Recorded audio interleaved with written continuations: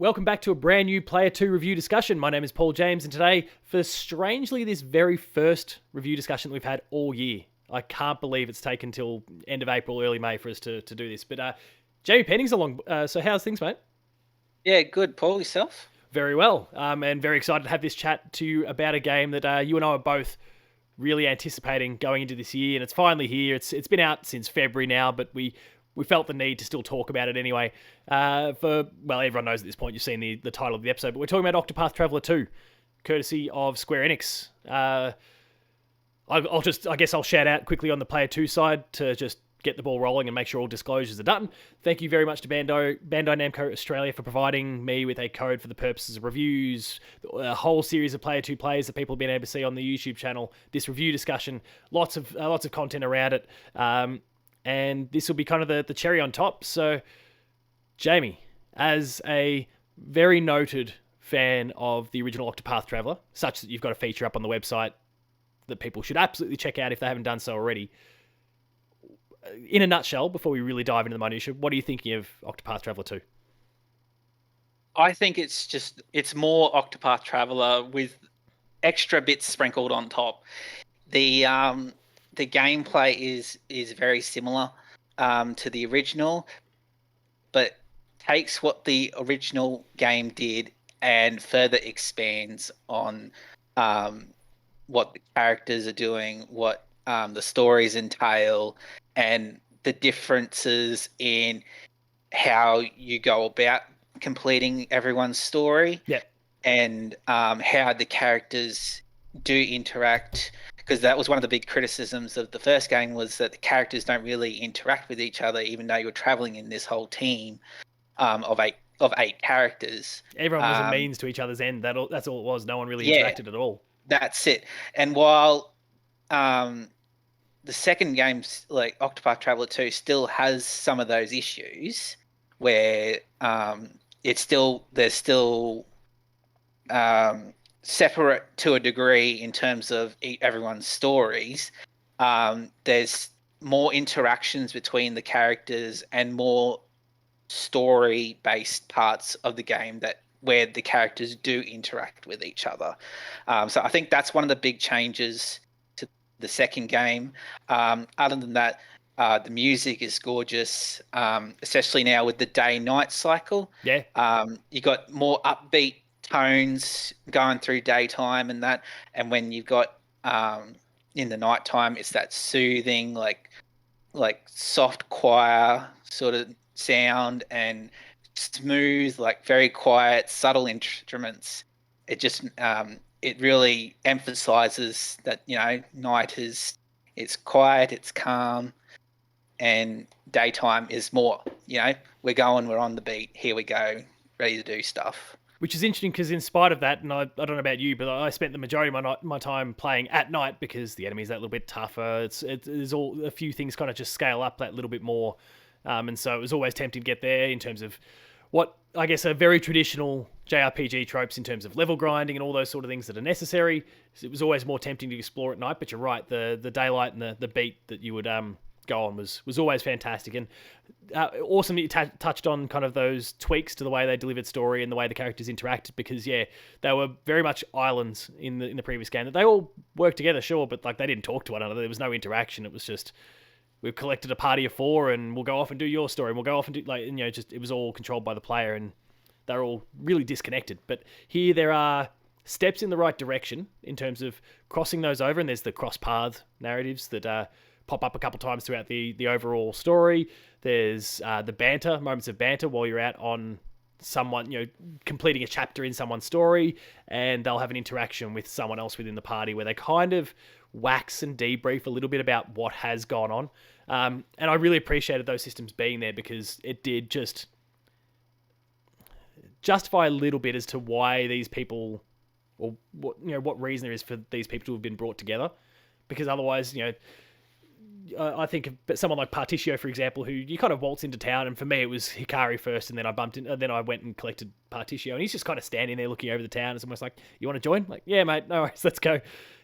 And there was no real, who are you? What are you doing here? What's the point? Like, it just kind of finds himself in the party, and so those moments are still a little bit jarring. but by at least adding some narrative and kind of character interaction depth after the fact, through the banter, through the cross path stories, at least justified why they're together in the end, if not why they first came together, but at least why they're together now. So that, I guess there's pros and cons to the way they've delivered that. I think it's still something they can work on going forward, but the stories themselves fascinating to engage with. I've only really got one character that I'm not a big fan of, Temenos, and he just strikes me as a bit of a wanker, if I'm being blunt. And I say that as like, I say this as a pretty smug person from time to time, but he's an arrogant prick. Like, Oh, yeah. I just Yeah, can't.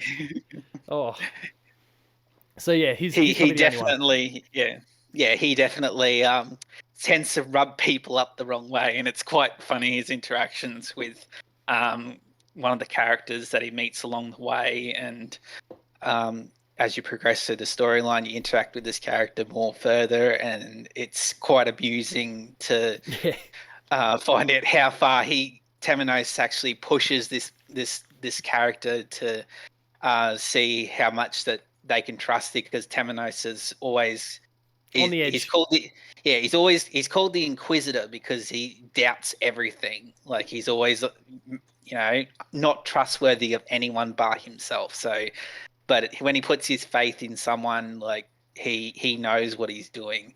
But going back with the interaction side, like, I think the way that it's meant to progress is that when you get to someone in a new area where that new character is, that you do that story, and that story is like their explanation to the character that you're playing with, what's happened to them as a part of their storyline. Yeah, that's true. And then that way you do that, they explain to you what's happened, and then they say, okay, this is why I'm going on my journey. I would love to come on my journey with you too. Yeah, and it's hard because you can do the characters in pretty much any order. So while I started with Throne A, and then I went north to go get Temenos and Oswald, but then, like, I could have gone, because the play is sorted by, it's two continents separated by a big sea, and so there's 4 characters on one continent, 4 characters on the other, and you could always go to the other side of the continent and go, oh, I'll pick up this character. I might pick up Agnia instead. So you're always going to run into that issue of how do you develop storylines that link together when you can pretty much pick any character you want in any order you want. So there's mitigating circumstances where there's not much really that you could probably do to improve that, simply based on the fact that you can do it in any order. Well, that's the reality of it, is that there's actually, and this is me going all maths teacher in the whole thing, but there is 40,320 different ways in which you can meet all of the, like, in terms of the sequence that you can meet all the different characters. It's insane in that regard. So being able to kind of justify every single thing and connect it all perfectly is obviously impossible, but the way you even reference it there kind of, and I guess for a lot of people, people who've actually tuned in and already checked out the Player 2 Plays series that I've been gradually rolling out a couple of times each week for the last couple of weeks, people will note something that I said a few times throughout the course of the videos, that because of the nature of what I was doing, and like, I've got 2 little kids, and so I can't just sit there and have a day where I blitz 8 different videos and be done with it, all of which about an hour long. So I was kind of chipping away at those, and so when I'd collected a character and I'd done the 2 recordings and I'd met others, I had to kind of just sit and hold and not engage with their story right away because of what I was trying to do with the content side of things. So it meant, as per what you're saying, where you meet someone and it's probably encouraged that you actually take on that story immediately, because then and I ended up at this point, and then boom, look, you just walked into town, and off we go together. And so as you say all that, I'll probably go, yeah, I didn't play it the right way in that sense, in terms of the actual, those narratives and how I connect all those characters together. I probably didn't play it in the best possible way to actually have that resonate a little bit more and make more sense. But Well, that's on me, right? But still, you can still do that. Like, the option is given to you. It's like, all right, I'll just go grab the characters. I don't really have to go through the first part of the chapters. If, say, for example, you just wanted to get through and just do it as quick as you can, if you really wanted to, you could do that. But then, you are missing out on what actually their building blocks of their story. Yeah. And then on the actual interaction front, like, you got the cross paths and that, which are even more separate stories that still interact with each other, getting towards the end of the game. And Yeah, it's there's all one after everyone finishes their first chapter, and yeah. then the second comes after you've finished the fourth chapter for everyone, or for Yes, all the yes. relevant characters. Yeah, Yes, and then that leads then into the final. sort of the final chapters. Um, but even like back on the interaction front, like the characters are, even during fights, they are talking to each other. Like, if, say, for example, Throne breaks a character, um, and then Asti is next in the queue, she'll say, give Throne a compliment to say, Yeah, "Good work, you broke that character." Or if they're on low health, they go, "Oh my god, we need to help you." yeah, those So little interactions are nice. yeah, yeah, certainly makes it for me feel more like a team than the first game. For I think sure. I think of these two games, like with the original and the second one, Bring them like a bit the closer original. together. Sorry, Yeah, they get yeah, cut off in the sorry. thing. Yep, Yep, bring them. yep. There we go. So I like to think of it as like the original was the building blocks of because it's the first one in the series. It was Yeah. the first game to do the HD 2D engine, and then like Octopath Traveler 2 is the building on top of that. Oh, Like, for sure. we've got the base now. We got the base of Octopath Traveler, and now we're putting Octopath Traveler 2 on top of it. Love Like, that you got the physical representation for that. Really nicely done. He's got props, I everyone. I can just see that if they do a third game, which I wouldn't be surprised if they Yeah. did, considering the success of the first game, and And likely. frankly, the sales success of the second so far, it was one of those things that kind of slipped under the radar for a little while because, I guess, for myself, and there's lots of others that tend to have a bit more of a focus these days, the Switch has lost a little bit of its luster when it comes to the really hardcore end that are kind of multi-plat. And so kind of people zeroed in initially on kind of how's it tracking on PlayStation, those sort of things, and it didn't look very, it didn't look like it was necessarily shooting the lights out. The reality is the majority of the sales have still been on the Switch again, and over there, holy hell, it is done very, very well. And so I think it's, and then you can add the PlayStation sales on top of that. So Yeah. yeah, it's done very, very well, and I think Square Enix seems like they're only still scratching the surface on what they can do with the HD 2D. They've obviously done 2 Octopath Traveler games now. They've done Triangle Strategy, Live Alive. There's the HD 2D remake of Dragon Quest 3 that is on the way, hopefully before the end of the year. It feels like they have absolutely got their mojo going with this engine.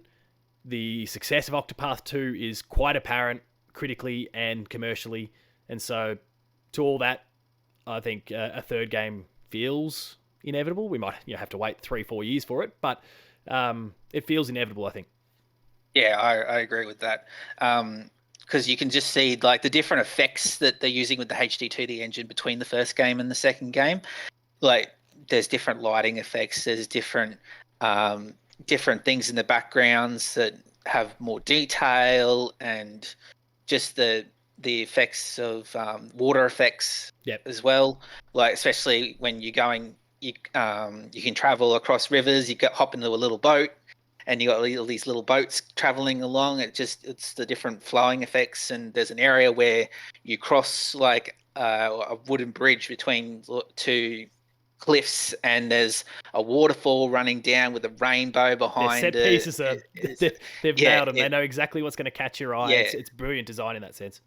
yeah, exactly. It's those little things, and also the big things that catch you with this game, where you can see the amount of detail that is going in that was more than the previous game. Yep. And I would just see that again being further enhanced if a sequel was to come to pass.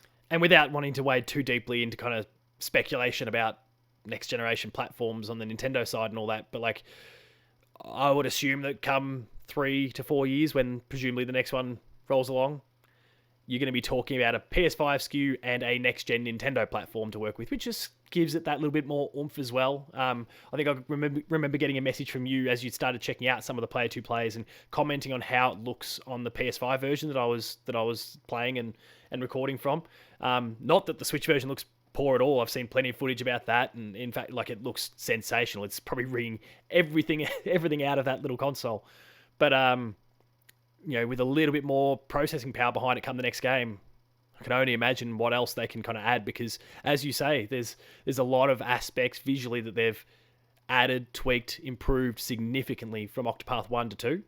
And so, it feels like the skies are endless when it comes to what they can do with a third title whenever that may arrive.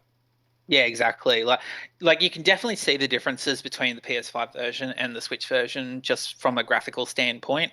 The PS5 version runs buttery smooth. Yeah. All the transitions are just, you just click, click, click. It's just absolutely Near smooth. instantaneous, yeah. Yeah, the Switch version, I've played pretty much all my nearly 100 hours in handheld, and it does look a little bit blurry on the edges, but it's not affecting you to the point where it still looks gorgeous. It's still, the colors still pop, the effects still run really smooth.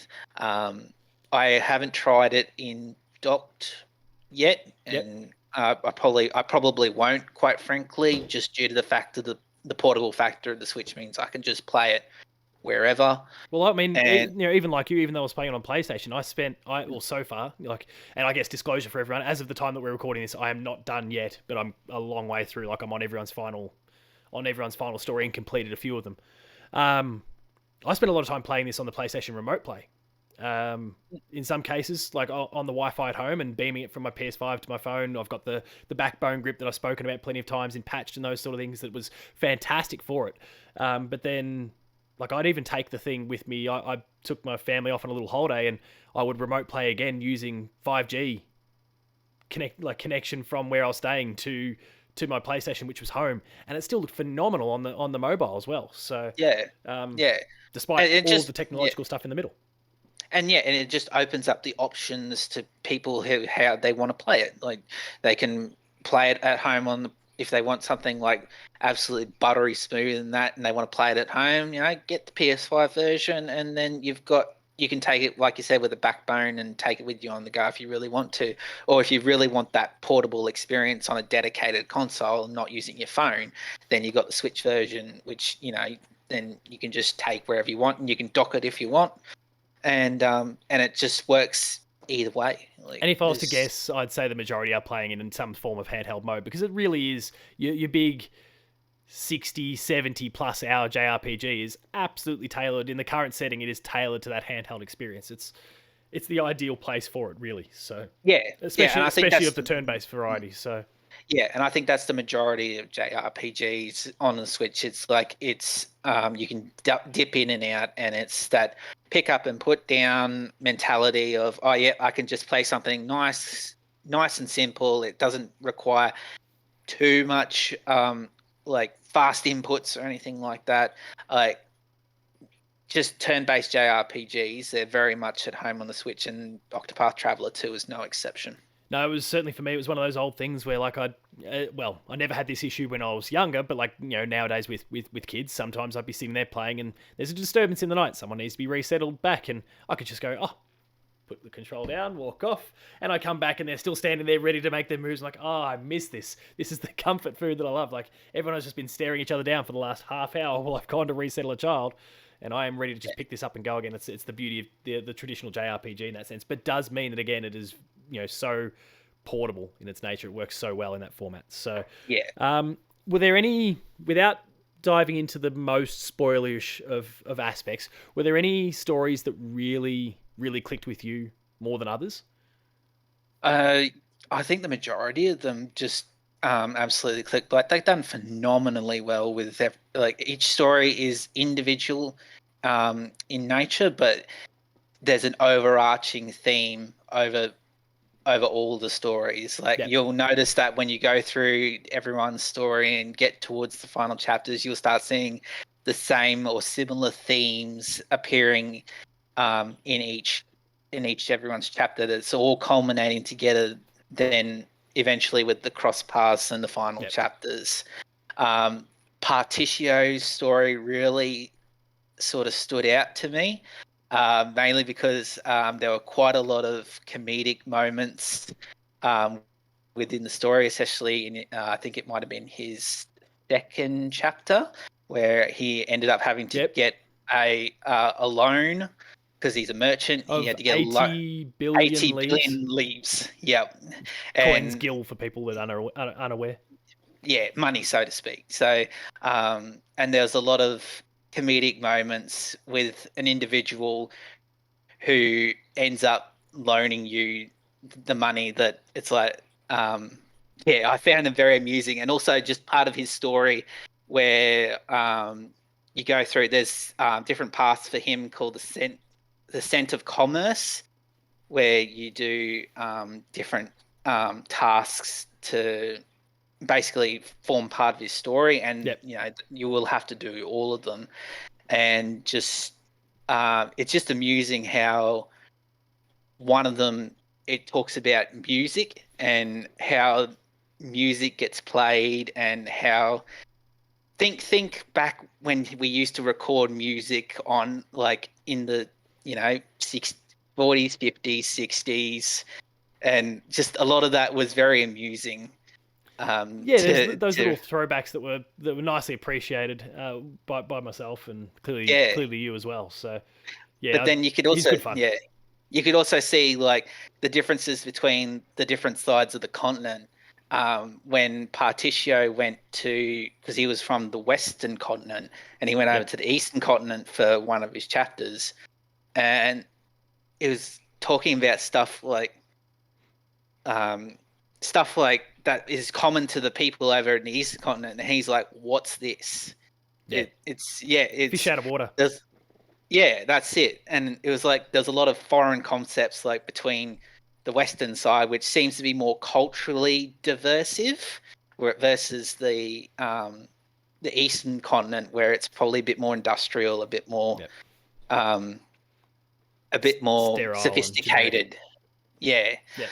but what's another one? I was hooked on Agnias. Thrones.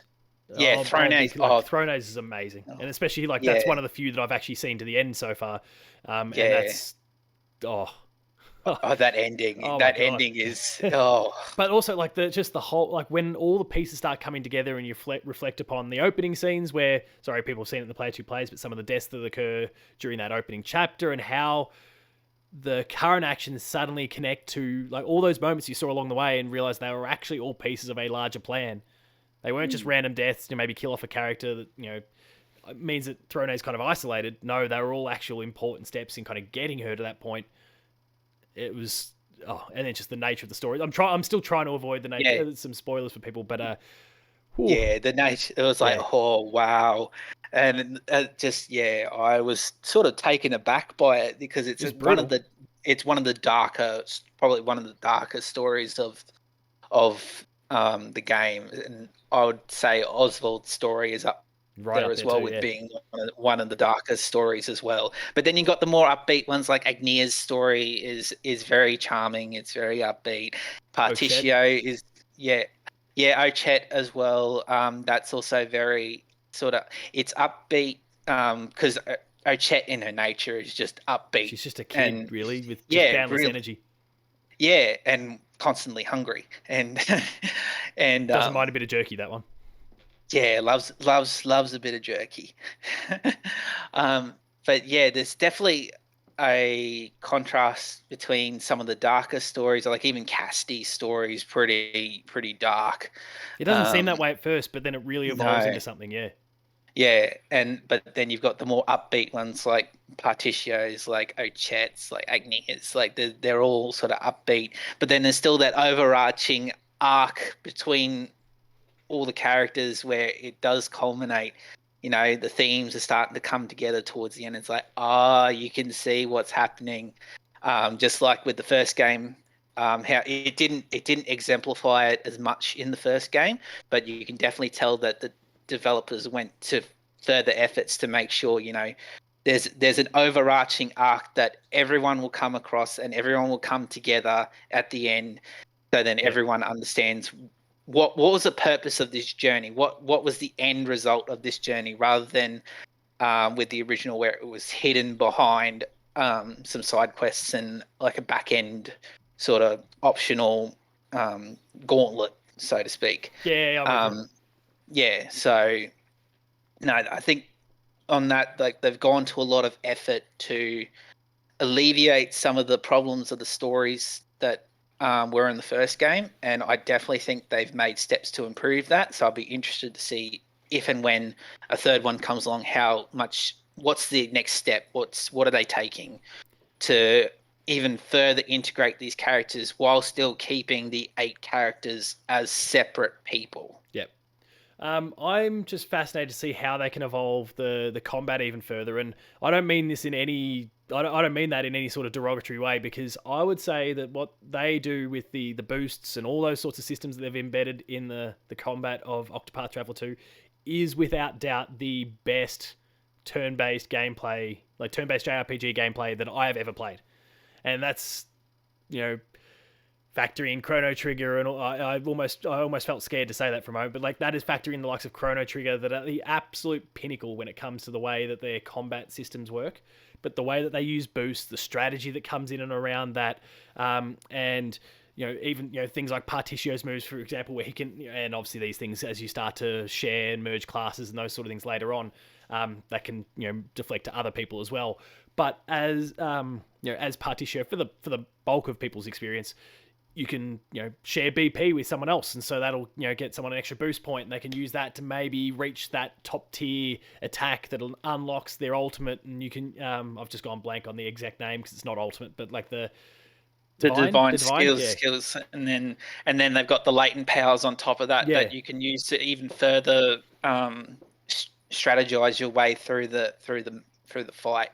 So I those systems work a treat, and I love it. Yeah, yeah. The turn-based stuff is just, yeah, absolutely, Cream of the crop. absolute mint. It is absolutely perfect for what it is.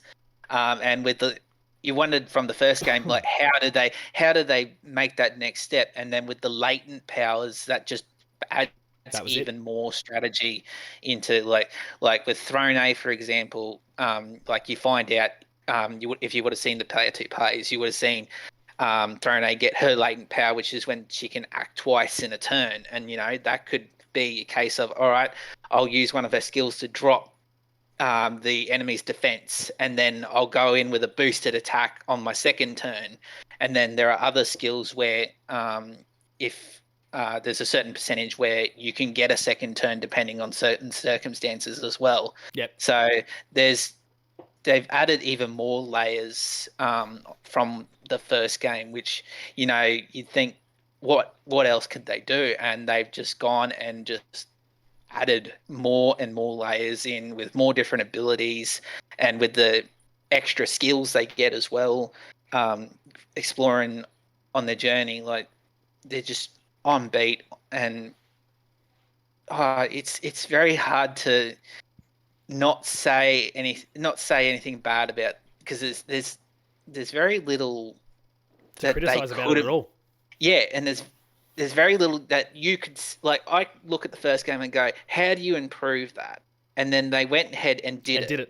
did And it. so how are they going to up that again? Like, it's gonna, yeah, the Yeah. the battle system is absolutely on point. Yeah, I honestly don't know where they go from here, and I'm sure there's plans. I'm sure there's. I mean, that's why they're employed in this business and not us, I guess. At the end of the day, Mm. but they've really nailed that moment to moment, and it just feels so satisfying. And that's really important because it is a traditional JRPG at heart. So there is lots of grinding that you've got to do, but it just feels so good to play through that. Even if those boost modes and all those sort of things that we kind of see in things like the Final Fantasy remasters and all that sort of stuff, even if they were there, I don't think I'd want to use them. I mean, there's the ability to times two the speed, and I think that's important because sometimes the animations can be a little bit slow in terms of actually acting out what you've said. I must admit, I've basically played times two in combat all the time, but that's really nothing compared to those accelerated modes that you see and kind of auto plays and all that sort of rubbish that you kind of see in a lot of the other remakes and remasters and stuff that are coming out. Because you wouldn't want to pass this up. It feels so good to engage with that strategy. How can you try? Because if you can dominate the opposition in the space of what everyone's first turn, then there's boosts to your was that to JP if I remember. Yeah, There's if you can take out your enemies with the right kind of weapon or skill or magic or whatever, then that's going to get you boosts to your experience. There's boosts to currency. So like, not only are you trying to necessarily beat the encounter and try and get your XP at the end, but if you can engage in those strategic elements right, then you're going to get those bonuses to all of those three things that I just mentioned. So again, it's a really engaging system. And then you mentioned grinding as well. Like, that's one of the big things when it comes to RPGs in general, is the how quickly can you build the experience points to level up your characters. And I think Octopath Traveler 2 has gone quite a way to mitigating a lot of that, because there's certain items you can pick up, there's certain skills that you can attach to characters as well, which, and then if you battle at night, the enemies are a bit stronger, they give you a bit more experience. Yep. So, and plus with this, you can up the speed, like you said, in battles as well, because I do that as well, apart from boss fights where I'll slow it down and can digestible. Yeah, exactly. So there's, like, when I went through my playthrough, I didn't have to do much grinding at all. If anything, I just did a little bit. I won't spoil where, but as part of the story, there was a certain area that I got to. It's like, okay, this is a good spot to get, levels up, get my characters up to the rest of my team, and go from there. I'll have to pick your brain afterwards to what that spot is, just in case I've not been utilizing it properly. But we'll save that for post show. Yeah, I think you'll understand. But I do agree that they've done a lot to mitigate the issues that were in the first game, and but not bloat the game out at the same time. No, and that's even with the stories. Like, the stories, there's more chapters. Like, this game is longer than the first, but they're not bloated in any way. They still flow as part of the story, as part of the experience for that particular character. Yeah, most chapters are about an hour in length, kind of max in a lot of cases. Yeah. Towards the end, they start to get a little bit longer, but that's fine. Everything's coming to a head at that stage. Yeah, exactly. Well, as we start to wind things down, are there any other aspects of the game that you really want to hone in on that you don't feel like you've necessarily given enough justice to yet? Oh, I'm just trying to think.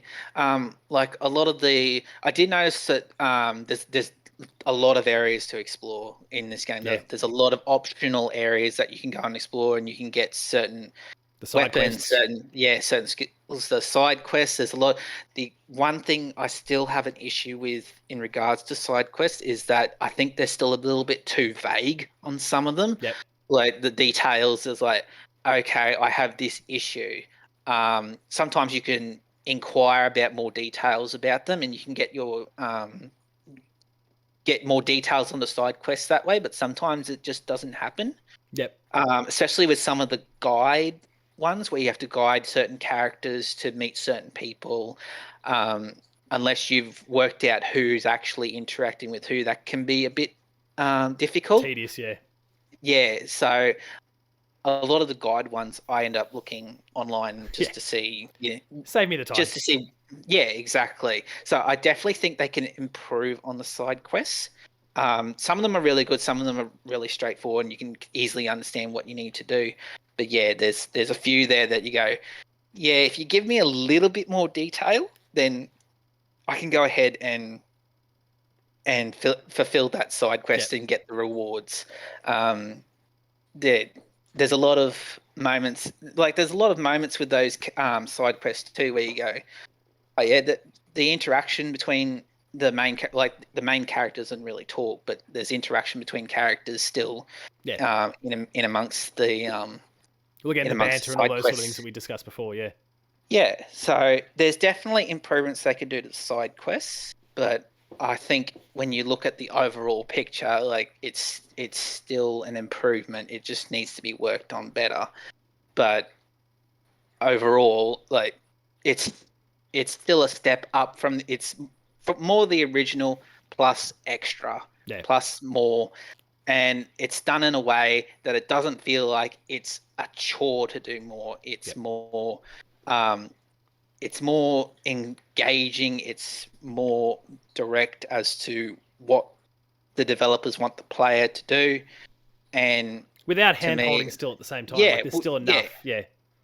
yeah. Like it still shows you, oh, you need to talk to this person on the little mini map in the corner, but it's not to the point where it goes, um, you must do this, you must do that, like holding your hand the whole time, and yeah, the it's definitely the way, like as you said, the chapters aren't that long, so to speak. Like I said, about an hour, and going forward, Yeah. they're Give or take. Yeah.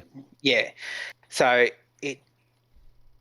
it just keeps you engaged in the story and engaged in the surroundings and keeping you informed of what you are tasked to do. Yeah. Which I think if they keep working on that and improving that, the sky's the limit for what comes next.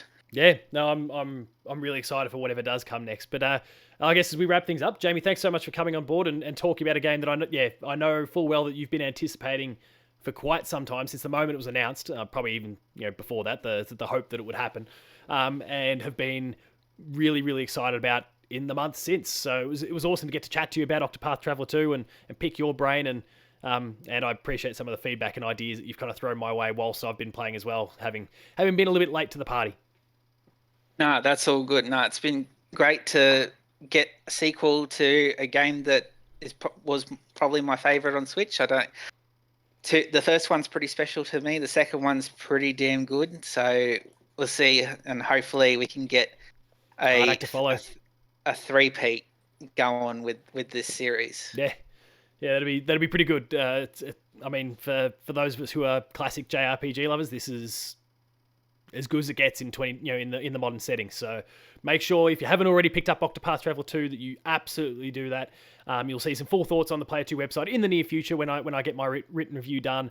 As of the time of this recording, I've got 3 out of the final characters chapters done.